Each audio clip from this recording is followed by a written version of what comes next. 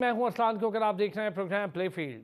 पाकिस्तान की टीम अब इंग्लैंड के दौरे पर इंग्लैंड में मौजूद है। मैचेस शुरू होने वाले हैं, T20 के मैचेस, और यही मैचेस थे हमारे पास आयरलैंड और इंग्लैंड के। इसके बाद डायरेक्टली वर्ल्ड कप में पहुंचेंगे और फिर वर्ल्ड कप स्क्वाड क्या होता है अभी तक अनाउंस नहीं हुआ। वर्ल्ड कप स्क्वाड क्यों नहीं अनाउंस हुआ, इस पर अब पूरी दुनिया में बात हो रही है कि बांग्लादेश ने भी कर दिया। 19 टीमों ने वर्ल्ड कप स्क्वाड को अनाउंस कर दिया, हम ही रह गए, हम कब अनाउंस करने जा रहे हैं। फिर बाबर आजम बेचारे हमेशा से तनकीद का निशाना बनते हैं, अभी भी बन रहे हैं। उनकी कैप्टनसी को लेकर, टीम सिलेक्शन को लेकर और फिर हसन अली को लेकर बहुत ज़्यादा तनकीद हो रही है। चेयरमैन पीसीबी आयरलैंड पहुंचे, पहले मैच हारने के फौरी बाद पहुंचे, रिजल्ट्स अच्छे आए और फिर हमने देखा कि बड़े अच्छे माहौल में चेयरमैन पीसीबी ने अपनी दोस्ती यारी भी की और अच्छा लगा कि रिजवान के साथ, बाबर के साथ, शाहीन के साथ, पूरी टीम के साथ बड़े अच्छे माहौल में उनको बकअप करने वहाँ पहुँचे। लेकिन हमारे यहाँ जो बड़ा मसला पैदा हो रहा है वो है टीम कॉम्बिनेशन का। साइम बड़े अरसे से नहीं चल रहे हैं, अगर साइम नहीं तो फिर कौन। और गुज़िश्ता रोज़ भी इस पर बात हुई, लेकिन कुछ का ख्याल था कि फ़खर को ओपन करना चाहिए और कुछ का ख्याल था कि वही जोड़ी जो अरसा दराज से स्कोर कर रही है, बाबर और रिजवान की।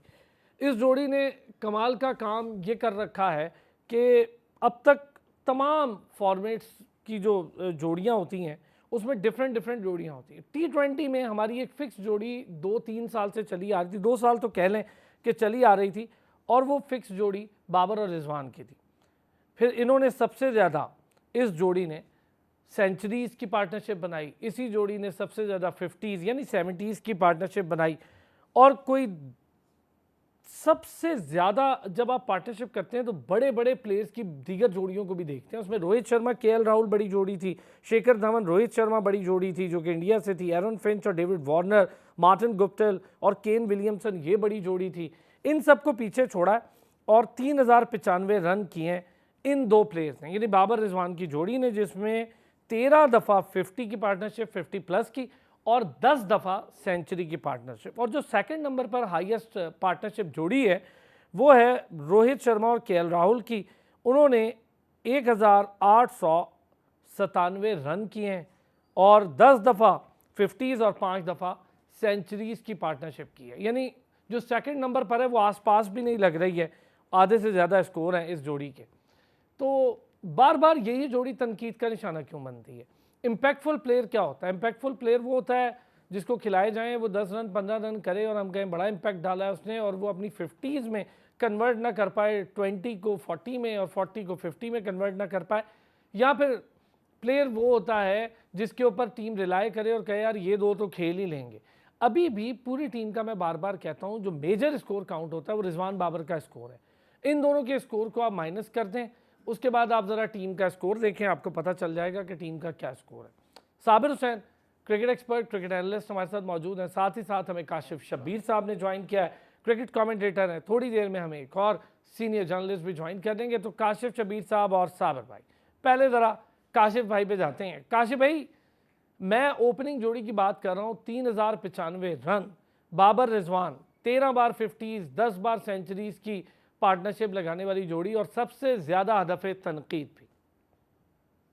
देखें, बिल्कुल इसमें कोई दो राय नहीं, जो आपने स्टैट्स बोले बिल्कुल इसी तरीके से हैं। और लेकिन उन पे तनकीद क्या होती थी? उन पे तनकीद ये होती थी कि उनका स्ट्राइक रेट जो है वो बहुत स्लो है। उन पे तनकीद ये होती थी कि पावर प्ले में जो यूटिलाइजेशन ऑफ फर्स्ट 6 ओवर्स हैं वो हम अच्छे तरीके से नहीं कर रहे।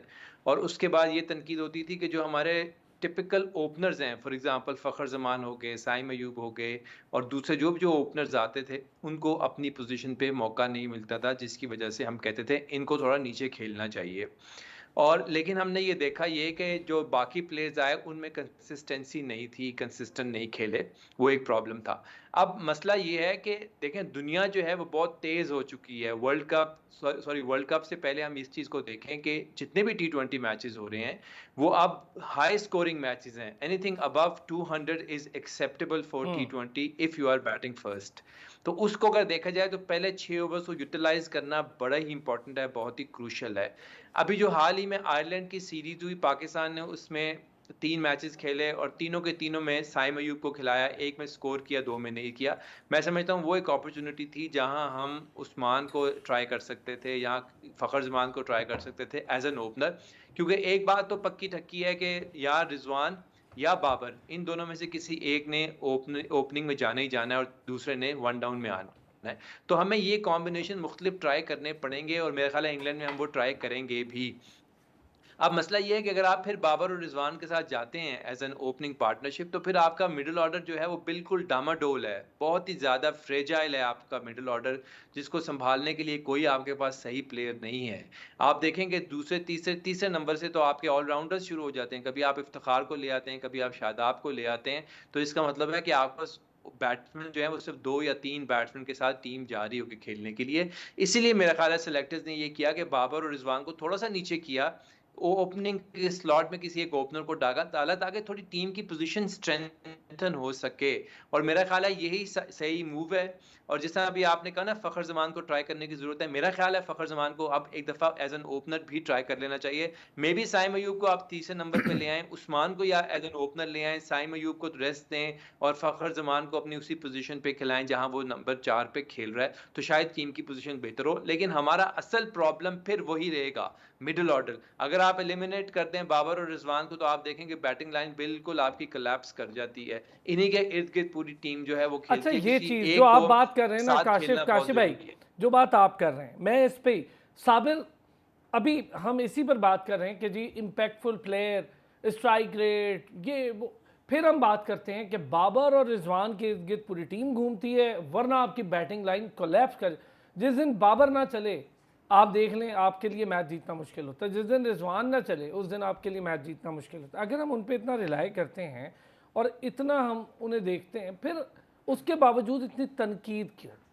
तो देखें, तनकीद सिर्फ पाकिस्तान में हो रही है। टू बी वेरी ऑनेस्ट, अगर बात की जाए तो देखें, इंटरनेशनल जितने भी क्रिकेटर्स हैं बाकी कंट्रीज़ के, उन्होंने हमेशा इस पर्टिकुलर प्लेयर को सराहा है, इनकी इनकी जो, और ऐसा भी नहीं है कि ये इनकी जो जो जो जो, जो पार्टनरशिप्स रही हैं वो पाकिस्तान के लूजिंग कॉज में गई हैं। आपने जिस तरह से पार्टनरशिप्स की बात की, केएल राहुल का आपने नाम लिया, रोहित शर्मा का नाम लिया, Kane Williamson, Martin Guptill, David Warner, Aaron Finch का नाम लिया। देखिए ये बहुत बड़े नाम है दुनिया के क्रिकेट में। अगर इन सब की जोड़ियों को, अगर ये बाबर रिजवान की जोड़ी जो बीट कर रही है, तो जाहिर बात है पाकिस्तान के लिए काफ़ी ये नंबर ऑफ मैचेस जीत भी चुके हैं। आजकल तो खैर नहीं, पिछले जो 6-8 महीने से जो स्ट्राइक रेट की बात हो रही है कि स्ट्राइक रेट काफ़ी जो प्लेयर्स का कम है, पाकिस्तानी प्लेयर्स की अगर बात की जाए तो। मगर देखा जाए तो इसी पर्टिकुलर जोड़ी ने, रिजवान बाबर ने पाकिस्तान को 200 भी चेस करके दिया है, पाकिस्तान को पहले बैटिंग करते हुए 200 प्लस भी स्कोर करके दिया है। और ऐसा नहीं कि एक या दो दफ़ा, आपने जिस तरह बात की कि 10 मरतबा जो है वो सेंचुरी की पार्टनरशिप, उसके अलावा 15 जो है वो 50 की पार्टनरशिप। तो इसका मतलब कि इनका जो आपस में एक अंडरस्टैंडिंग है वो पाकिस्तान के लिए काफ़ी खुशाइंद हमेशा से रही है। ये साउथ अफ्रीका में चेस कर रहे हैं 200 प्लस, पाकिस्तान में चेस किया 200 प्लस, इंग्लैंड के खिलाफ इन्होंने 2 दफ़ा चेस किया, वेस्ट इंडीज़ के खिलाफ इन्होंने चेस किया। तो देखें ये अपना स्ट्राइक रेट जो है ये as per the situation accordingly ये जो जोड़ी है पाकिस्तान के लिए हमेशा सर्व करती आई है। मगर अभी जिस तरह की से बात हो रही है कि साइम अयूब को लेके आए, देखें साइम अयूब जो है 21 साल का लड़का है जिसने सिर्फ और सिर्फ 20 टी20 खेले हैं। डोमेस्टिक में उनका इतना खास एक्सपीरियंस नहीं है, 15 पॉइंट समथिंग इनकी 16 की भी उनकी एवरेज नहीं है।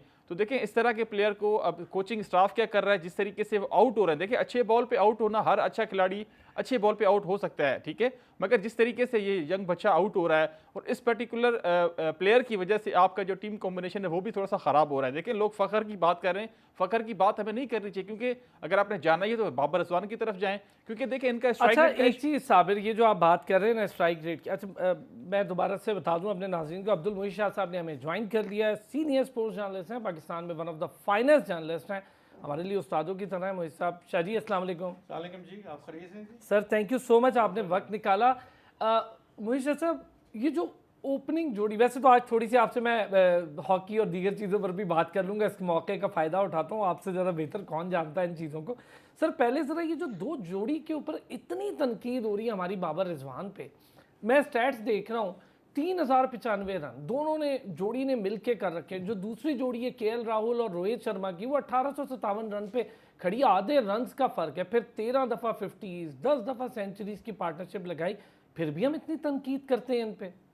अच्छा, ये कोई हमारा मेरा ख्याल है वतीरा बन गया या क्या बन गया जी, कि हम जब भी कोई थोड़ा सा लूप होल देखते हैं, कोई वीकनेस देखते हैं, कोई प्लेयर ज़रा सा अनफिट होता है, तो हम फिर एक कंपेन शुरू कर देते हैं उसके अगेंस्ट।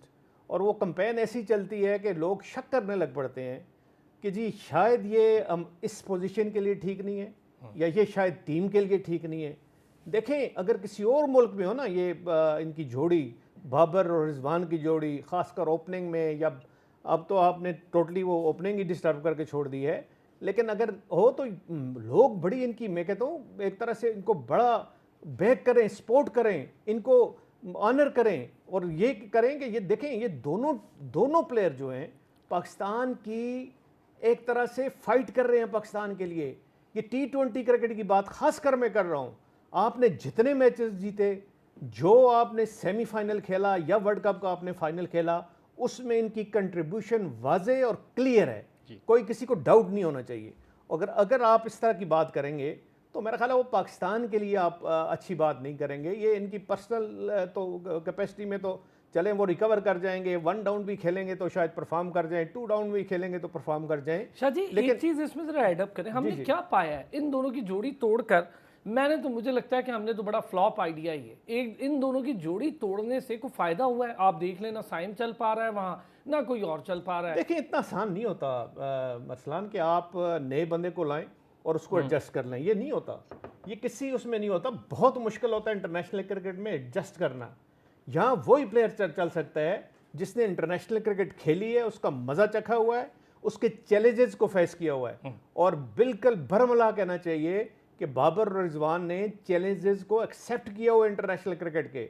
उन्होंने बताया हुआ दुनिया को, जब वो इंडिया के खिलाफ आप 150 विदाउट एनी विकेट आप 150 अब चेस करेंगे, तो इससे बड़ी क्या बात है? मेरा ख्याल है इससे बड़ा कोई आपको सिग्नल नहीं दे सकता कोई भी। इससे बड़ा आप उनको क्रेडिट, इससे बड़ा उनको कोई मिल ही नहीं सकता कि उन दोनों ने प्लेयर ने 10 विकेटों से पाकिस्तान को इंडिया के अगेंस्ट जिताया। तो ये चीज़ें देखते हुए आप एक खामखा की एक उसको डिस्टर्बेंस के लिए आप उनकी जोड़ी को आप सेपरेट कर दें और एक को ट्राई करें 1 डाउन 2 डाउन, मुश्किल हो जाएगा पाकिस्तान के लिए। अगर पाकिस्तान ने इनको वापस अपनी जगह पे ना रखा, या अगर आप नया कोई आप एक्सपेरिमेंट कर रहे हैं, नया कोई प्लेयर एडजस्ट कर रहे हैं। भाई ने भी साथ बताया कि देखें परफॉर्मेंस क्या है। अब आप अगर 19 मैचेस में 270 के करीब स्कोर करते हैं, 16 की एवरेज आपकी नहीं है, तो आप किस तरह अपने आप को मनवा सकते हैं और प्रूव कर सकते हैं कि जी मैं बड़ा जेन्युइन जो है अटैकिंग एग्रेसिव ओपनर हूँ? ये नहीं है। जो it is records that speaks by itself. मतलब nobody can deny that कि जी he is a good player, he is a talented player, but he needs time to adjust। इस तरह नहीं होता कि आप फौरन आए और इंटरनेशनल क्रिकेट में आप एडजस्ट कर लें। थोड़ी सी एक चीज़ और ऐड करना चाहूँगा, अगर आप बार बार लोग जो हैं वो साइम अयूब की बात करें, इस तरह से क्यों नहीं साउथ शकील की बात करें, जो बंदा टेक्निकली साउंड है, जिसने टेस्ट मैचेस में मुख्तलिफ कंडीशन, श्रीलंका में, ऑस्ट्रेलिया में। सर अब्दुल्ला शफीक को हमने बाहर बिठा दिया, हम तो पता नहीं क्या क्या कर रहे हैं ना, उसको लाए बाहर बिठा दिया। सर ओपनिंग में अगर देखिए हमारे यहाँ पाकिस्तान में PSL को एक ना तरजीह दी जाती है। मैं तो परेशान होता हूँ कि 4 ओवर अच्छे कराने से आप अगले बंदे को टेस्ट मैचेस पे ले आते हैं, और मैं कहता हूँ कि 6 बॉलें अच्छे खेले पे आप उसको ODIs में ले आते हैं। इस तरह का देखिए नहीं होना चाहिए। उनका क्या कसूर है जो कि 4 डे क्रिकेट खेल रहे हैं, जो कि पूरा सीजन पाकिस्तान को सर्व करें, डोमेस्टिक में खेल रहे हैं। साउथ शकील टेक्निकली बड़ा अच्छा था, उन्होंने T20 में प्रूव भी किया। देखिए उसको लेके कौन आया इस ओपनिंग पोजीशन पे? Australian mindset, Shane Watson. उसको पता था कि फ्रेंचाइज को सिंसियर है। सर हमारे जो, सॉरी टू से, मगर जितने पाकिस्तानी थोड़े से हमारे जो सीनियर खिलाड़ी हैं, जो अभी आजकल कोचिंग के इर्द गिर्द फिर रहे हैं, देखें सिंसियरिटी होनी चाहिए। अगर आप पाकिस्तान के साथ सिंसियर है ना, तो एक जो डिजर्व करता है बच्चा, उसको ऊपर लेके आएँ। तो कहीं ना कहीं पे हमारे यहाँ थोड़ा सा प्रॉब्लम है, और हमने इसीलिए पिछले 15 साल में किसी पाकिस्तानी खिलाड़ी को स्टार नहीं बनने दिया। मैं माजरत के साथ कहता हूँ, ना किसी को हमने 50 टेस्ट मैचेस खेलने दिए, ना हमने किसी को अच्छे नंबर पे फिक्स किया। हमारे यही प्रॉब्लम है कि अगर हमने इसको खिला दिया अच्छे बच्चे को, उसने परफॉर्मेंस कर दी, तो फिर बाकी का क्या होगा जो कि इनकी दोस्ती के ग्रुप में। इस तरह सर बेताशा ना मैं डीप पे नहीं जाता, मगर हमने काफ़ी बच्चे ज़ाया किए। चाहे हमारा मिडल ऑर्डर का प्रॉब्लम है पिछले 15 साल से, चाहे हमारा ओपनिंग का मसला था जो कि बाबर अजवान ने सेट किया। देखें पाकिस्तान की अगर बात करते हैं पिछले 15 साल में, शाहिद अफरीदी, शोएब अख्तर के अलावा कौन आपका रोल मॉडल रहा है? कोई नहीं रहा सर। मोहम्मद आमिर को देख लें, बाबर, शाहीन, रिजवान और फ़खर चलें, लेकिन ये आपके स्टार्स तो हैं, इसमें तो कोई शक नहीं है। हारिस रऊफ भी आपका एक स्टार के तौर पर आया, इसमें भी कोई शक नहीं है। काशिफ भाई, जो मोहित शाह साहब बात कर रहे हैं कि हम लोग डिस्टर्ब तो करने में बड़ी पहल करते हैं, कर भी दिया हमने, लेकिन हम रिजल्ट्स नहीं ले पाते, फिर हम वहाँ परेशान होते हैं, फिर एट दी एंड वापस हमें ग्राउंड जीरो पर जाना पड़ता है। बात बिल्कुल ठीक है, लेकिन आप देखें कि अगर आप टीम का सिलेक्शन देखें, ये पहले भी मैं एक प्रोग्राम में मैंने आपके साथ बात की थी कि हमने टोटल 7 बैट्समैन के साथ गए थे इस सीरीज़ में, उसमें से 2 हैं इफ्तिखार और आज़म खान, उसके अलावा बाकी सारे बैट्समैन जो थे एज एन ओपनर हमने टीम में सेलेक्ट किए हुए थे। तो आप देखें किसी बेस्ट कॉम्बिनेशन के साथ आपको जाना पड़ेगा। प्लेयर्स को ऐसा करना होता है कि वो देखते हैं कि टीम के लिए क्या रिक्वायरमेंट है, टीम के लिए कहाँ बेनिफिशियल है। जिस तरह अभी बात हुई कि जी रिजवान और बाबर ने जो है 200 रन्स भी पहले बैटिंग करते हुए बनाए हैं, तो अगर आप अपना रिकॉर्ड देखें तो शायद 2 या 3 इंस्टेंस होंगे जहां उन्होंने पहले हमने बैटिंग की और हमने 200 को क्रॉस किया। Other majority of the cases में हम लोगों ने चेज करते हुए ही मैचेस जीते और हम चेज को प्रेफर करते हैं। यही वजह है कि हमने जब पहले बैटिंग सेट करना होता है टारगेट, हम आयरलैंड के जैसी टीम के खिलाफ भी अपना टारगेट सेट नहीं कर सकते। ये हमारा बहुत बड़ा फ्लॉ है और इसका सबसे बड़ा इशू ये है कि जो पहले 6 ओवर्स हैं उसको मैक्सिमम आपने यूटिलाइज करना है। और मैं माजरत के साथ कहूँगा कि बाबर और रिजवान में वो सलाहियत नहीं है कि पहले 6 ओवर यूटिलाइज करें। हाँ, अगर आपने चेज करना है और चेज के लिए आपको 160-70 का टोटल है तो फिर डेफिनेटली ये बहुत ज़बरदस्त जोड़ी है।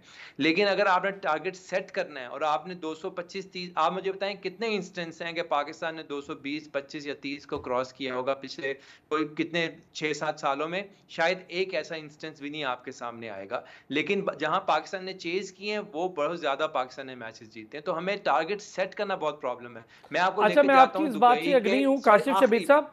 काशिफ भाई, नहीं, इसी में ऐड अप करूँ ना, ऐड अप कर, मैं आपकी बात से 5% के करीब हमने पहले बैटिंग करते हुए 200 किया है, 5% के करीब पहले बैटिंग करते हुए 200 किया है, फिर हमने मैं वही फिर 67 और 68% के करीब 170 करते हैं और हम 18 और 12% के बीच में 180 प्लस करते हैं। ये हमारा टोटल फिगर है। हम 200 सिर्फ 5% हमने किया है। और दूसरे चेज में जी जी प्लीज मैं आपको लेके जाता हूं दुबई के फाइनल में, जो पाकिस्तान ने सेमीफाइनल में जो पाकिस्तान ने खेला था ऑस्ट्रेलिया के खिलाफ, उसमें रिजवान और बाबर ने ओपन किया और 12वें या 13वें ओवर में हमारा 70-80 स्कोर था, हमारा कोई खिलाड़ी आउट नहीं हुआ था, ये दोनों खेल रहे थे और हमारे ऊपर इतना प्रेशर था कि हम उसको टारगेट, क्योंकि हमने टारगेट सेट करना था, हमसे टारगेट सेट नहीं हो रहा था। वो तो आखिर में जाके फखर जमान ने कुछ तेज खेला जिसकी वजह से हमने स्कोर को थोड़ा आगे लेकर चले गए। तो ये प्रॉब्लम हमारा है। देखें, हम जो जितने सारे दोस्त बात कर रहे हैं, हम पाकिस्तान की बेहतरी चाहते हैं, हम सब चाहते हैं कि पाकिस्तान जीते, हम सब चाहते हैं कि पाकिस्तान नंबर 1 टीम बन जाए। उसके लिए आपको कॉम्बिनेशन बनाना पड़ेगा। अगर आप देखें T20 के अंदर पहले 6 ओवर वो होते हैं जिसमें आपने एक मतलब तेज खेलना होता है ताकि आपका स्ट्राइक रेट और आपका रन रेट जो है तकरीबन 10 के करीब करीब हो। फिर 7वें ओवर से लेकर 12वें ओवर तक आपने टीम को स्टेबलाइज करना होता है ताकि आपकी विकेटें कम गिरें और आप स्कोर को जो है वो 6-7 के रन रेट से आगे लेके चलें। और आखिरी 4-5 ओवर फिर आपने एकदम से बैश पे जाना होता है। अगर आप ये कॉम्बिनेशन देखेंगे, ओपन जो है वो फखर जमान या साइम अयूब या फखर जमान या उस्मान या ऐसे करें कि जो तेज खेल सकते हों, और अगर वो 6 ओवर में आपको जो है 60-65 रन देते हैं और उसके बाद बाबर और रिजवान मिलकर आखिरी 15वें ओवर तक 7 या 7.5 के रन रेट से लेके जाएं, तो आखिरी जो आपके पास 5 ओवर बचते हैं, फिर आपके पास इफ्तिखार, आजम खान, शादाब, ये वो प्लेयर्स हैं जो आखिर में आपको। अच्छा, चलें, आपको मुमकिन खिलाड़ियों के जो एक हतमी फहरिस्त से तैयार हुई है, शाहजी मौजूद है, जरा आप बात करके इस पे देखते हैं।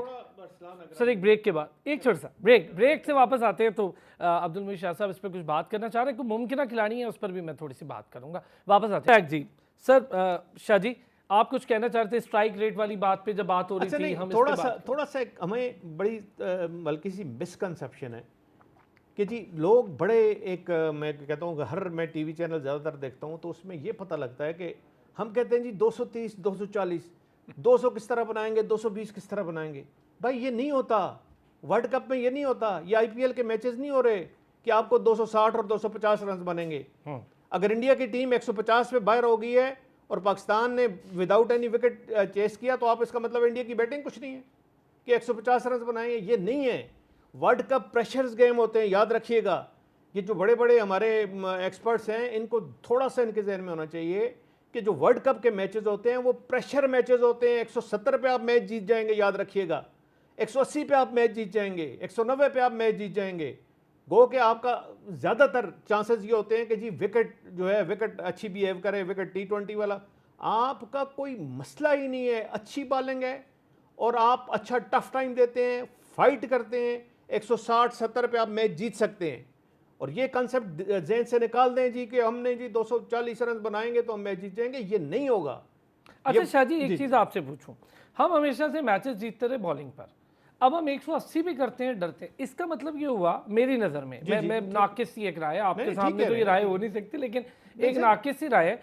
इसका मतलब ये है कि हमारा बड़ा मसला बैटिंग से भी बड़ा मसला बॉलिंग है, हम डिफेंड नहीं कर पा रहे। असल में ये बात है, देखें जो कॉन्सेप्ट है ना T20 क्रिकेट का, ये थोड़ा सा डेवलप हो गया है। अब ये मसला है कि जी लोग कोशिश करते हैं ज़्यादा से ज़्यादा रन बनाएं, बनते नहीं है, याद रखिएगा। तकरीबन आप अगर उसकी रेशो लगा देना तो मेरा ख्याल है 210 या 15 से ऊपर स्कोर जो है ना वो 10 से 15% नहीं होगा, या बहुत वीक टीम होगी। सर वर्ल्ड कप में तो ये स्कोर 3% है। हाँ, वही मैं कह रहा हूँ ना, है ही नहीं।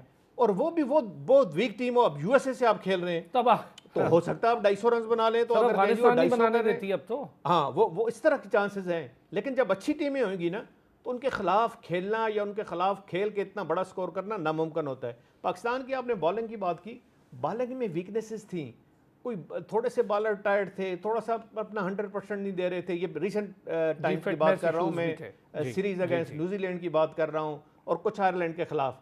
लेकिन अभी मैं होपफुल हूँ कि पाकिस्तान की जब ये जो वर्ल्ड कप शुरू होगा, ख़ासकर मैं इसकी इंग्लैंड की सीरीज़ की बात पे नहीं कर रहा, यहाँ भी हो सकता है कि पाकिस्तान की बॉलिंग इतनी आउटस्टैंडिंग ना हो, क्योंकि मैंने इंग्लैंड में जी 6 सीरीज़ कवर की हुई हैं। इंग्लैंड में मैंने इवेंट किए हुए हैं, 99 का पूरा वर्ल्ड कप मैंने कवर किया हुआ है। वहाँ जो खासकर T20 का जब एडवेंट आया, T20 आई 2007 में जो साउथ अफ्रीका में वर्ल्ड कप हुआ था, और अल्लाह के फजल से वो भी पूरा जाके मैंने कवर किया। हाँ, मैंने कवर किया, मेरे साथ मिर्ज़ा इकबाल बेग भी थे, सुन भी रहे होंगे। अच्छा, वहाँ पे ये था कि उसके बाद एक डेवलपमेंट शुरू हुई T20 क्रिकेट की।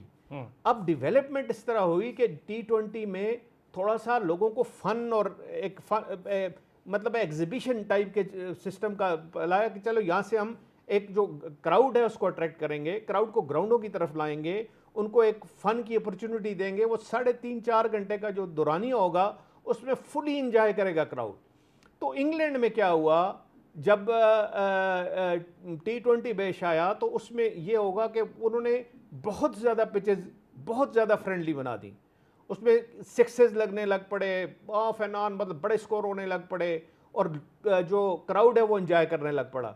तो उसमें इंग्लैंड में अगर इस तरह की क्रिकेट होती है तो उसमें थोड़ा सा ज़रूर ये चांस है कि पिचेस आपको बड़ी फेवरेबल, बड़ी अच्छी मिलेंगी, ज़्यादा स्कोर करने वाली। सही। और अब जो एडिंगले की बात है ना, एडिंगले लीड्स जो है, इसमें जो आपका पहला T20 जिसकी मैं बात कर रहा हूँ, अगर तो होंगे बादल तो फिर यहाँ स्कोर करना बड़ा मुश्किल है, याद रखिएगा। ओके। और अगर यहाँ होगी धूप तो धूप में ये सीधी विकेट हो जाती है। ओके। इवन टेस्ट क्रिकेट में ये विकेट सीधी हो जाती है। T20 में तो बिल्कुल ही ग्रास नहीं होता, ग्रासलेस विकेट तकरीबन कोशिश की जाती है कि ग्रासलेस विकेट बनाएं, लेकिन ये जब धूप होती है तो उसमें बड़ा स्कोर होने के चांसेस हैं।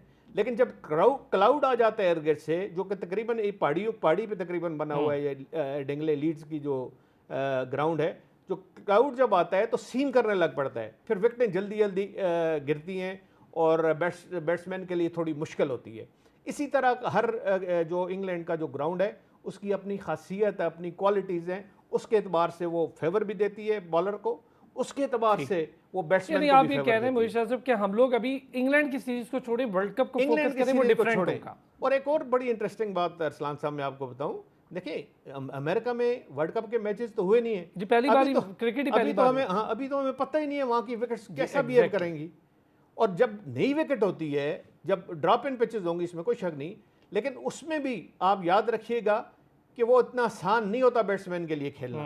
इसलिए मैं फील करता हूँ कि जो खासकर ये जो बॉलर हैं और कुछ ज़्यादातर प्लेसेस पे, खासकर न्यूयॉर्क की बात मैं कर रहा हूँ, जिस तरह का वेदर है, जिस तरह के ब्रीज आती हैं इर्द गिर्द, बिल्कुल ये जो लॉन्ग आइलैंड है जहाँ पे नासा काउंटी है, नासो लोग कहते हैं लेकिन नासा काउंटी इसको कहते हैं, और इसके जो ब्रीज है ना जो सी की, वो इतनी इफेक्टिव हो जाएंगी कि यहाँ भी डोमिनेट करेगा, यहाँ भी सीम होगा, याद रखिएगा। अगर मौसम थोड़ा सा क्लाउडी है, जो ज़्यादातर वक्तन फवक्तन ये फायदा होता है सर इतना कवर करने का, तो वो प्रॉब्लम जो है वो बड़ा मुश्किल हो जाता है बैट्समैन को कि हम जी 240 रन, ओ भाई कहने की बात है 240 रन के आईपीएल के मैचेस तो नहीं हो रहे जहाँ पे शायद 130 की नहीं 130 की स्पीड से इंडिया में ज़्यादातर बॉलर जो है ना 125, 30, 35 पे करते हैं। ये बात सही है। और बड़े फ्रेंडली हैं और उनको फिर छक्के चौके भी इस तरह लगते हैं और 260 भी स्कोर हो जाता है, बड़ा मुश्किल होता है सर। जबरदस्त, क्या बात है। ये देखें ना, ये तजर्बे के साथ एक टेक्निकल इम्पैक्ट। अच्छा, आप सारे हजरात से एक छोटी सी चीज़, मुझे साहब कुछ इतलात जो आपके पास तो हैं ही हैं, खैर हमारे पास भी थोड़ी सी ये आई हैं कि 3 खिलाड़ी हसन अली और इरफान नियाजी, सलमान अली आगा, ये ट्रैवल रिजर्व में होंगे। बाकी मुमकिन खिलाड़ियों की बात करो, अभी तो हम कंफर्म नहीं कर रहे, पहले तो मुमकिन बता रहे हैं, हो सकता है इसमें चेंजेस कर दे बोर्ड। मुमकिन में कप्तान बाबर आजम, अबरार अहमद, आजम खान, हारिस रऊफ, इफ्तिखार अहमद, इमाद वसीम, अब्बास आफरीदी, गुड चॉइस है, मोहम्मद रिजवान, नसीम शाह, साइम अयूब, शादाब खान, शाहीन शाह आफरीदी, उस्मान खान, उनसे चूँकि वादा हुआ है कि वर्ल्ड कप उन्हें खिलाना है तो उस्मान खान होंगे। तो ये मुमकिन खिलाड़ी हैं। हसन अली तो वैसे उनकी इंक्लूजन मुझे वैसे भी समझ नहीं आई थी, परफॉर्मेंस ना डोमेस्टिक में उनकी है ना पीएसएल में है, मुझे उनकी समझ नहीं आई थी। बहरहाल उनको तो शायद वीज़े की बुनियाद पे डाल दिया कि वीज़ा एक खिलाड़ी एक्स्ट्रा डाल लेते हैं। जी साबिर, तो देखें ये हसन अली का जो एक कहना चाहिए कि डिस्कशन हो रही है पूरी मीडिया में पिछले 2 हफ्ते से हो रही है। देखें जो डिजर्विंग प्लेयर्स थे पाकिस्तान के, जिन्होंने इनफैक्ट पीएसएल में परफॉर्मेंस भी दी थी। अब मोहम्मद अली का नाम मैं लूँगा, जिन्होंने अच्छी भली 21-22 विकेटें ली थी, 19 विकेटें ली थी उन्होंने, और उनका इकॉनमी रेट भी काफ़ी 9 से कम था। अब हसन अली की बात करें तो उन्होंने कराची किंग्स के लिए 11 विकेटें सिर्फ ली थी, ठीक है। उनका जो इकॉनमी रेट था वो 9 से थोड़ा सा ऊपर था। पड़ रही होती है हसन अली को। आप पीएसएल को तो छोड़ दें, मैं इंटरनेशनल के पिछले आपको अगर 18 मैचेस की बात करूं, उन 18 मैचेस में हसन अली को जिस स्पीड से मार पड़ रही थी वो 28 से ऊपर है इकोनॉमी रेट, 30-32 इससे ये बहुत हाईएस्ट इकोनॉमी। बिल्कुल सही सर, ऐसा ही है। उसके अलावा देखें मोहम्मद वसीम जूनियर जो हैं, आप हमारा प्रॉब्लम ये है पिछले बस 8-10 साल 12 साल से कह लें कि पीसीबी क्या करता है कि प्लेयर्स के ऊपर आप अच्छा भला इन्वेस्टमेंट करते हैं, इन्वेस्टमेंट करके आप उनको प्रॉपर यूटिलाइज नहीं कर रहे। मैं देखें अहमद शहजाद का एटीट्यूड का मसला था, पीसीबी को हैंडल करना चाहिए था, बिकॉज पीसीबी ने उसके ऊपर अच्छा भला इन्वेस्टमेंट किया हुआ था। उमर अकमल की मिसाल ले, इसी तरह से मोहम्मद वसीम जूनियर हैं, काफ़ी खिलाड़ी से टेस्ट मैचेस के आप बॉलर्स ले लें, उनके ऊपर हम इन्वेस्टमेंट करते हैं, पीसीबी फिर उनको एकदम से हटा देते हैं 1 या 2 या 3 बुरी परफॉर्मेंसेस से। यार आप डेविड वार्नर को देख लें, 8-8, 10-10 टेस्ट मैचेस जिसकी 15-16 इनिंग्स बन जाती हैं, एशेज में पूरी तरह फ्लॉप होते हैं मगर उसको ड्रॉप नहीं किया जाता। अगेन वो 2019-20 के टूर में आते हैं, पाकिस्तान के खिलाफ ट्रिपल सेंचुरी बनाते हैं। इसी तरह से जो ऑस्ट्रेलियन जो नेथन लॉयन हैं 100 टेस्ट मैचेस खेल गए हैं, वो हर मुल्क में जाके परफॉर्म करते हैं। कंसिस्टेंसी है हमारे यहाँ सर प्रॉब्लम है।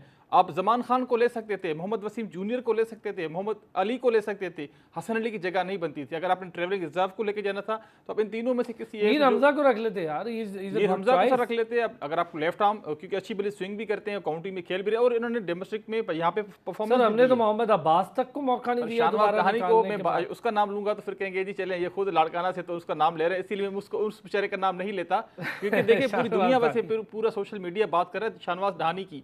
देखिए जो बच्चे डोमेस्टिक में परफॉर्मेंस दे रहे हैं फिर फायदा तो ना हुआ, इससे बेहतर है कि आप जाके कामरान गुलाम हुरैरा और ये बच्चे जो डोमेस्टिक में बैठे हुए परफॉर्म कर करके इनको तो मौका ही नहीं मिल रहा। काशिफ शबीर साहब, मुमकिन खिलाड़ी मतलब मुमकिन की बात कर रहा हूँ, एक्सपेक्टेडली इसमें चेंज भी होता है, लेकिन हसन अली, सलमान अली आगा और इरफान नियाजी ये ट्रैवल रिजर्व होंगे और बाकी तो वही टीम होगी जो हमें पता है। आपने अरसलान उसामा मीर का पता नहीं नाम लिया कि नहीं लिया? सर मैं अभी देखता हूँ, जो मेरे पास इत्तलात है उसमें अभी देख लेते हैं। सर नहीं उसामा मीर नहीं है। मुमकिन खिलाड़ियों में सबसे अनफॉर्चुनेट बातें ना सिर्फ 2 हैं। नंबर 1 ये कि मोहम्मद अली नहीं खेल रहा एज अ फास्ट बॉलर, और नंबर 2 कि ये उसामा मीर नहीं जा रहा। मेरा ख्याल है जिस तरह की विकेट है वहाँ की वेस्ट इंडीज की खास तौर पे, क्योंकि हमने ज्यादा मैचेस वेस्ट इंडीज में खेलने हैं, वहाँ स्पिनर्स का बड़ा ही मेजर रोल होगा। और मेरा ख्याल है हमारे पास कोई ऐसा क्वालिटी स्पिनर नहीं है जो उन विकेट्स को यूटिलाइज कर सके।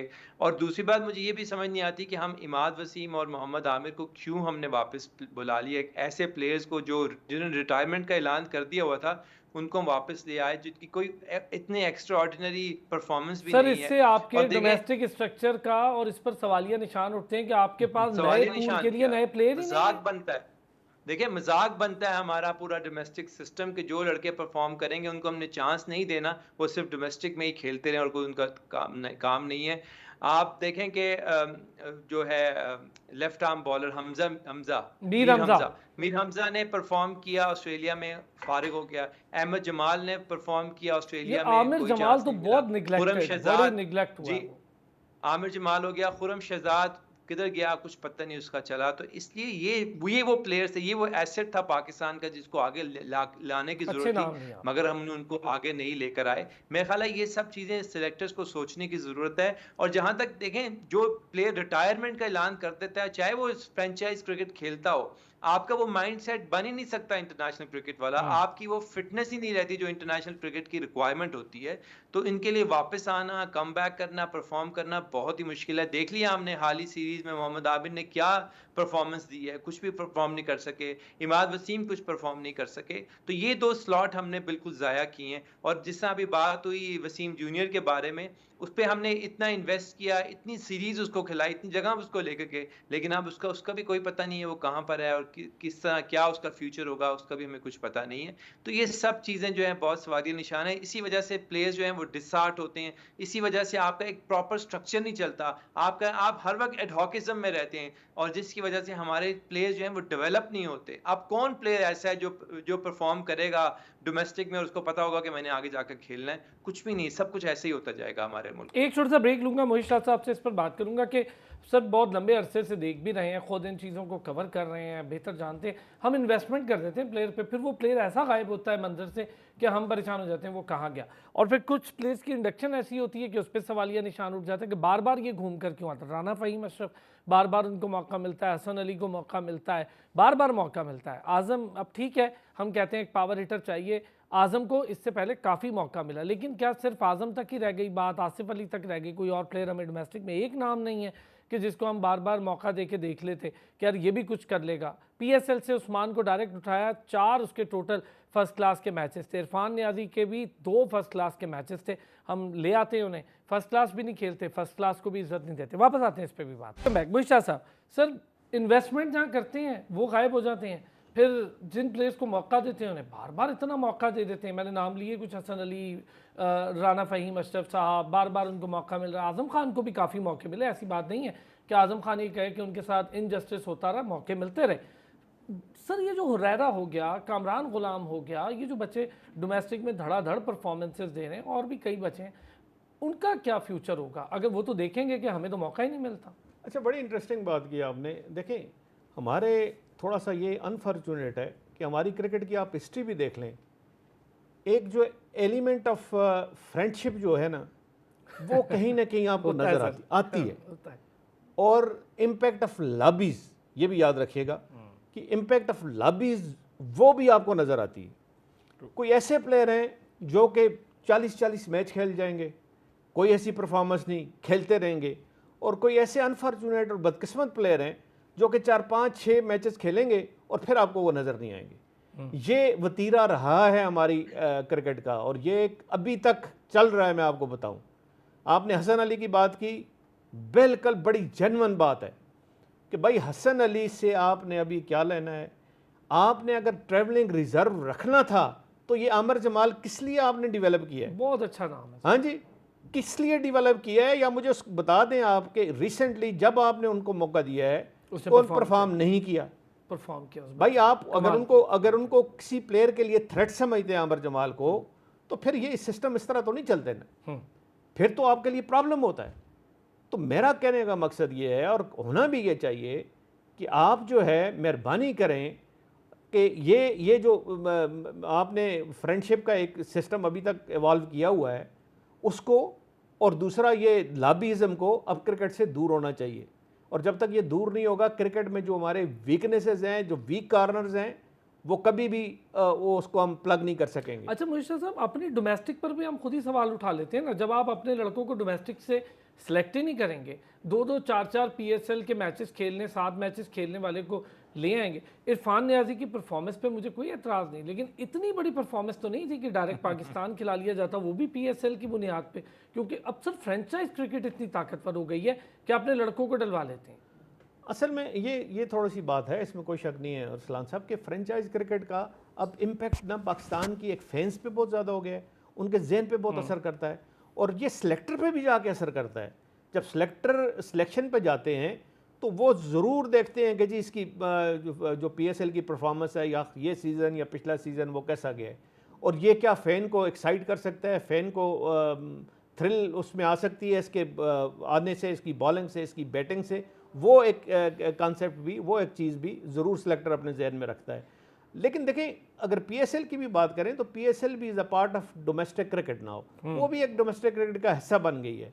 अब कायद-ए-आज़म ट्रॉफी है, जो पैटर्न ट्रॉफी है, या प्रेसिडेंट कप है, या नेशनल T20 है, या फिर आपके PSL है, ये सारे these have become part of domestic cricket. तो अब इसकी सारी परफॉर्मेंस अगर देखें तो एक ऑलराउंड परफॉर्मेंस की बात है। फिर सबजादा फरहान के दर गए, फिर आमिर जमाल के दर गए, इनकी परफॉर्मेंस आप देखें तो शायद किसी और से बड़ी बेहतर है। लेकिन जब आप बात करते हैं सिलेक्शन की, और सिलेक्शन वो भी आपकी इंटरनेशनल क्रिकेट में और ख़ासकर T20 क्रिकेट में, फिर आप ज़्यादा प्रेफर करते हैं उन प्लेयर्स को कि जो इंटरनेशनल फ्रेंचाइज खेलती हैं। जिस तरह मोहम्मद आमिर को क्यों सिलेक्ट किया, दुनिया भर में खेल रहा है, वो इसलिए सिलेक्ट किया कि जी वो जाके कैरिबियन लीग जो है उसमें भी खेलता है, कहीं और भी चला, श्रीलंका में भी चला जाता है, तो बांग्लादेश में भी चला जाता है, तो इसलिए तो मेरा ख्याल है वो चीज़ जो है वो ज़्यादा आजकल अट्रैक्ट कर रही है सेलेक्टर्स को।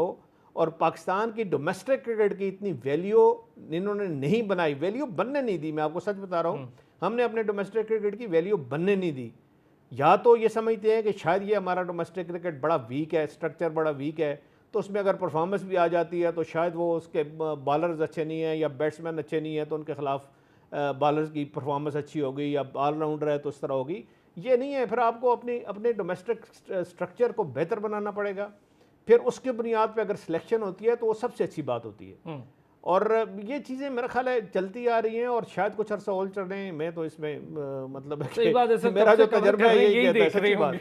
सही बात है साबिर, यही बात। अगर हम अभी इस वक्त जो स्क्वाड मुमकिन है स्क्वाड है, इसमें अब मुझे ये लग रहा है, मेरा एक ज़ाती सा ख्याल है कि आपको अब बाबर रिजवान को ही ओपन करवानी पड़ेगी।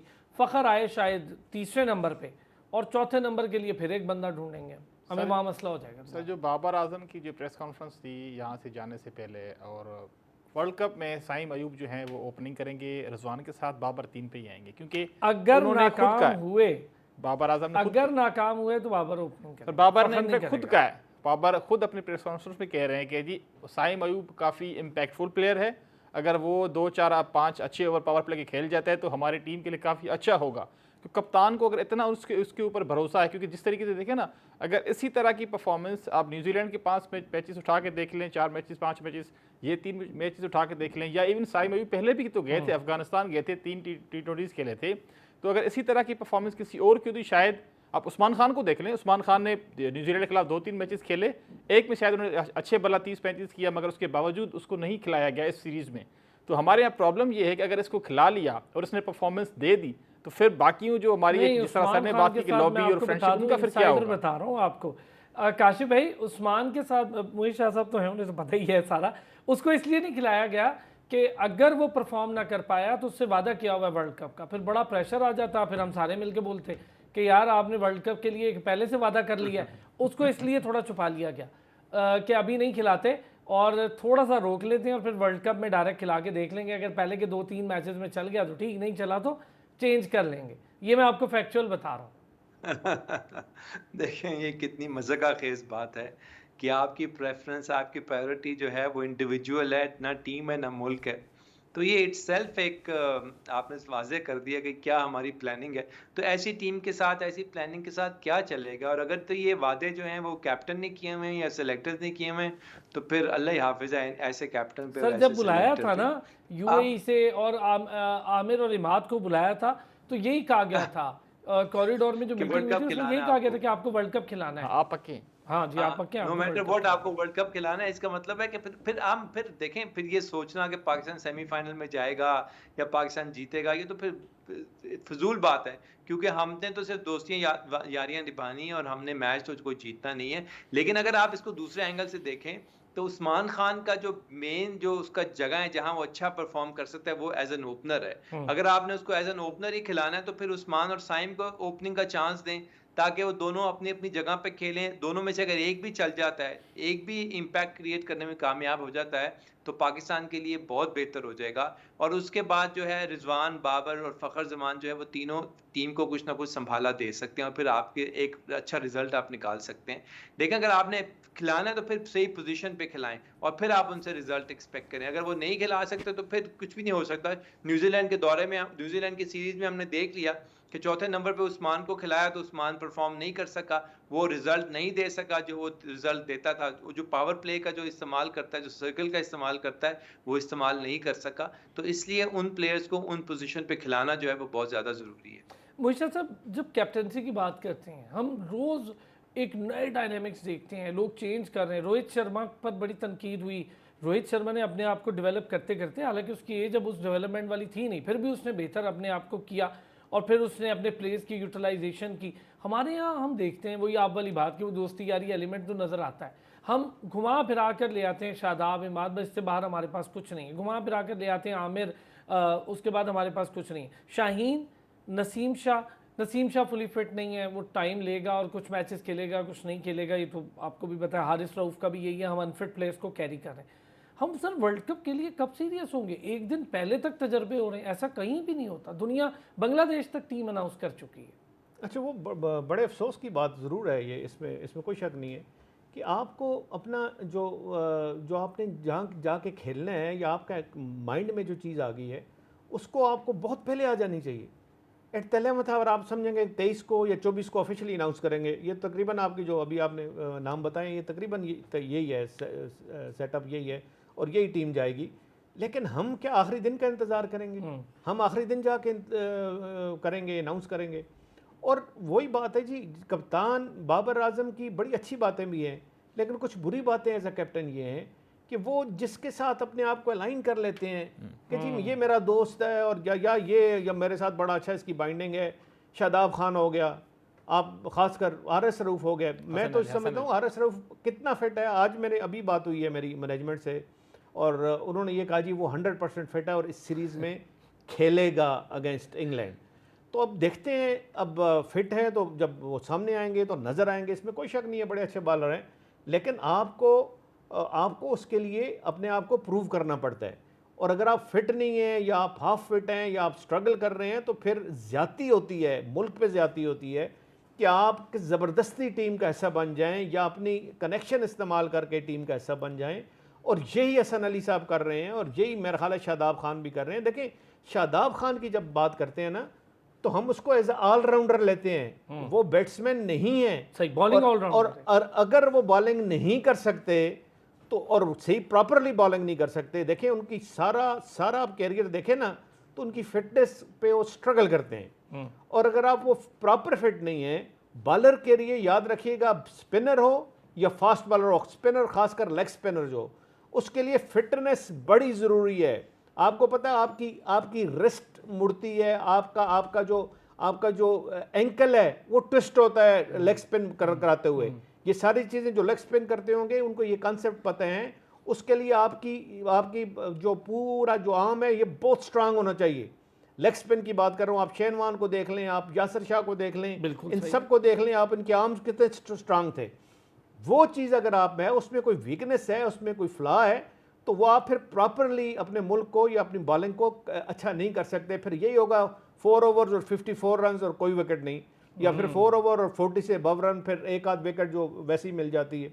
T20 क्रिकेट में ज़ाहिर है कोई हिटिंग होती है, वो मिल जाती है, हर एक बॉलर को मिल जाती है। पार्ट टाइम बॉलर भी करे बॉलिंग तो उसको भी मिल जाती है। ये नहीं होता, बॉलर वो होता है जो कि इम्पैक्ट क्रिएट कर सके, जो कि आपको टाइमली आपको ब्रेक थ्रू दिला सके, टाइमली विकेट ले या 1-2 ओवर इतने अच्छे करे कि जिसमें अपोनेंट्स जो है टीम प्रेशर की में दूसरी है वो स्कोर ही ना कर सके और टीम प्रेशर में आ जाए। ये रोल होता है बॉलर का, वो भी फुल टाइम स्पेशलिस्ट बॉलर की मैं बात कर रहा हूँ। अगर आप स्पेशलिस्ट बॉलर नहीं है, आधा तीतर आधा बटेर नहीं चलता, वही आजकल नहीं चलता खासकर, तो वो फिर ये चीज़ें जो है ना, ये थोड़ा सा मेरा ख्याल है जो बाबर आजम हैं ये कैरी करते हैं साथ। वो अभी तक मैं तो समझा कि शायद दूसरा स्टैंड मिला है, दूसरा उनको कुछ सीख गए मौका होंगे। मिला है, तो ये चीज़ें शायद छोड़ देंगे। अगर ये नहीं छोड़ेंगे तो वो उनके लिए भी प्रॉब्लम है। देखिए एज ए कैप्टन अगर वो वर्ल्ड कप जीतते हैं तो बहुत बड़ा नाम उनका भी है, सारी उम्र उनका सही भी एक बात है नाम सर। रहना है। तो इसलिए इन चीज़ों से निकल के आपको कंट्री के लिए इस तरह सोचना पड़ेगा कि यहाँ थोड़ा सा भी आप समझते हैं कि इसका प्रॉब्लम है, इसने प्रॉब्लम क्रिएट करना है, ये अच्छा परफॉर्म नहीं कर सकेगा, तो वहाँ आपको अपने मुल्क को आगे रखना है, ना कि प्लेयर को आगे रखना बहुत ज़बरदस्त। अच्छा काशिफ भाई, वही बात कर दी मोहित शाह साहब ने, जिसको आप बड़ा एम्बेसडर हैं, जिसके कि आधा तीतर आधा बटेर नहीं होता। यहाँ तो आप फुल बॉलर हैं या आप बैटर हैं। बिल्कुल सही बात है। और देखें प्लेयर्स टीमें का जो कॉम्बिनेशन बनता है वो ऐसे बनता है कि आपके पास 5 रेगुलर बॉलर, 5 रेगुलर बैट्समैन और आप एक ऑलराउंडर के साथ जाते हैं। पाकिस्तान, और जो ऑलराउंडर अमूमन जो है वो विकेट कीपर होता है। पाकिस्तान के पास लग्जरी ये है कि वो विकेट कीपर पूरा आपका बैट्समैन है, तो वहाँ पर आप एक ऑलराउंडर ऐड कर सकते हैं। शादाब खान बड़ी अच्छी जगह वो फुलफिल करता है आपकी उस जगह को। लेकिन फिर आपको पहले ये देखना पड़ेगा कि आपकी जो जहाँ खेलना है वहाँ की विकेट कैसी है। अमेरिका में हमारे चंद मैचेस हैं, ज़्यादा मैचेस हमने वेस्ट इंडीज़ में खेलने, और वेस्ट इंडीज़ की विकेट्स हमारे लिए कोई नई विकेट्स नहीं है। वहाँ जानते हैं हम कि वहाँ स्पिनर्स जो हैं वो राज करेंगे और स्पिनर्स जो हैं वो फंसा के रखेंगे बैट्समैन को। तो वहाँ पर अकॉर्डिंगली हमें प्रॉपर स्पिनर लेके जाने चाहिए तो थे, यही जो तो कि हम प्रॉब्लम है, नहीं शादाब लेके जा प्रॉपर रहे। स्पिनर नहीं है, क्योंकि उसको खिलाकर फिर नहीं है हमें ना, स्पिनर खिलाना पड़ता है, देखें उसको अगर सपोर्ट करना अरसलान, चाहिए। मैं और आप ये चीज यहाँ बैठ के डिस्कस कर रहे हैं तो ये सिलेक्टर्स के लिए कि क्या प्रॉब्लम है, वो क्यों नहीं अब प्रोफेशनल्स को लेकर जाते, क्यों नहीं रिकग्नाइज स्पिनर्स को, बॉलर्स को लेकर जाते, ये अभी समझने की बात है। क्या वजह है जो उनको रोकती है इन चीज ये सब काम करने में? इसका मतलब है कोई ना कोई ऐसी रुकावट है, कोई ना कोई ऐसी सोशल प्लानिंग का मीडिया फुकदान सर, है, इशू है। सोशल अच्छा मीडिया इसके अलावा कैंपेन्स रुकावट हैं। अच्छा इसके अलावा अरसलान, मैं भी ये सोच रहा था कि आपने एक बड़ा इंपॉर्टेंट इशू था, उस पर आपने बात नहीं की। वो है हमारी कोचिंग स्टाफ। जो हमने कोच ने रखे हैं वो किधर हैं इस वक्त? वो टीम के साथ क्यों नहीं है? वो टीम को क्यों नहीं ट्रेन कर रहे? आधे में और ज्वाइन क्या करेंगे, अभी ज्वाइन क्या कर करेंगे रहे वो हमें। हैं? ये देखें ना, अभी 19 ज्वाइन तारीख को करेंगे। कोच हाँ हाँ, आधे अभी के ये बाद ये ये तो हमारी तैयारी की हालत है कि जो कोच है वर्ल्ड कप से वो 4 दिन पहले, 5 दिन पहले टीम को ज्वाइन करेगा, तो क्या टीम को सिखाएगा, वो क्या टीम के अंदर चेंज लेकर आएगा जो वर्ल्ड कप में उसका फायदा होगा। तो ये सब चीजें आवे का आवा ही सारा बिगड़ा हुआ है। चलें, देखें इस कैप्टन पे का फिर काम। करते हैं एक दिन ज़रा डिस्कशन। एक चीज़ इंपॉर्टेंट है मोहित शाह साहब, आपसे मैं ज़रा ट्यूसडे का वक्त लूँगा। नेशनल स्पोर्ट्स कॉन्फ्रेंस हो रही है, एक अच्छा खासा मजाक हो रहा है पाकिस्तान में, और जो नेशनल स्पोर्ट्स कॉन्फ्रेंस बेसिकली वहाँ पर स्पोर्ट्स पॉलिसी का तय होना सबसे इंपॉर्टेंट होता है। मैं इंशाल्लाह ट्यूसडे को मोहित शाह साहब को इस पर जहमत दूंगा, मिर्ज़ा इकबाल बेग साहब को जहमत दूंगा, शाहिद हाशमी साहब, माजिद भट्टी साहब, वहीद खान साहब, मोहित शाह साहब, मिर्ज़ा इकबाल बेग साहब और दीगर ऐसे सीनियर बड़े नाम जो स्पोर्ट्स को उसकी जड़ से रूह से 30 साल से जायद का तजर्बा है सारे लोगों का। इनसे ये लोग खुद पॉलिसी हैं भाई, ये पॉलिसी नहीं बनाएंगे, ये खुद पॉलिसी, ये बताएंगे पॉलिसी क्या होती है। कौन बैठ के पॉलिसियाँ बनाता है पाकिस्तान में? तभी स्पोर्ट्स में एथलीट्स रुल रहे हैं, फेडरेशन की तबाह हाली है, एक बंदा फेडरेशन पे बैठ जाता है, जाने का नाम नहीं लेता है। तो इसीलिए होता है कि कभी आपने कोशिश ही नहीं की कि जिसको पॉलिसी पता है या जिसको खुद पॉलिसी अपने अंदर, उससे पूछ लें एक बार कि भाई कैसे बनती है। अब बैठ के पता नहीं कौन क्या कर रहा है। मोहित शाह साहब प्लीज़ इस पे ना आप हमें ट्यूसडे को टाइम देंगे और मैं इस पे लाजमी आप बहुत इंपॉर्टेंट बात की, और मेरा ख्याल है बड़ा अच्छा फोरम है, ख़ासकर आपके इधर इस पे बैठ के इस प्रोग्राम पे बात करें, और ख़ासकर वो लोग बात करें कि जो एक पूरा इस तारीख को, ओलंपिक स्पोर्ट्स की हिस्ट्री को जानते हैं। सर इसलिए तो मैंने कहा और कि वो स्पोर्ट्स लेके चले पॉलिसी हुए आप लोग हैं, वो लेके चले हुए हैं मिड 80s से, और उन्होंने देखे हुए हैं, उन्होंने कवर किए हुए हैं ओलंपिक्स, उन्होंने कवर किए हुए हैं एशियन गेम्स, उन्होंने कवर किए हुए हैं कॉमनवेल्थ गेम्स, और उन्होंने साउथ एशियन गेम जो 89 में पाकिस्तान ने फर्स्ट टाइम कराई थी वो भी कवर की हुई है। चलिए मोहित शाह साहब माजरत चूंकि वक्त कम था, मैं इंशाल्लाह इसमें आप प्रोग्राम रखें और जरूर बात बहुत करें। शुक्रिया। अब्दुल मोहित शाह साहब सीनियर स्पोर्ट्स जर्नलिस्ट उस्तादों की तरह हमारे साथ मौजूद। साबिर आपका बहुत शुक्रिया, काशिफ भाई आपका भी बहुत शुक्रिया, नाज़रीन आपका भी शुक्रिया। अगले हफ्ते फिर होती है आपसे मुलाकात, अपना ख्याल रखिए।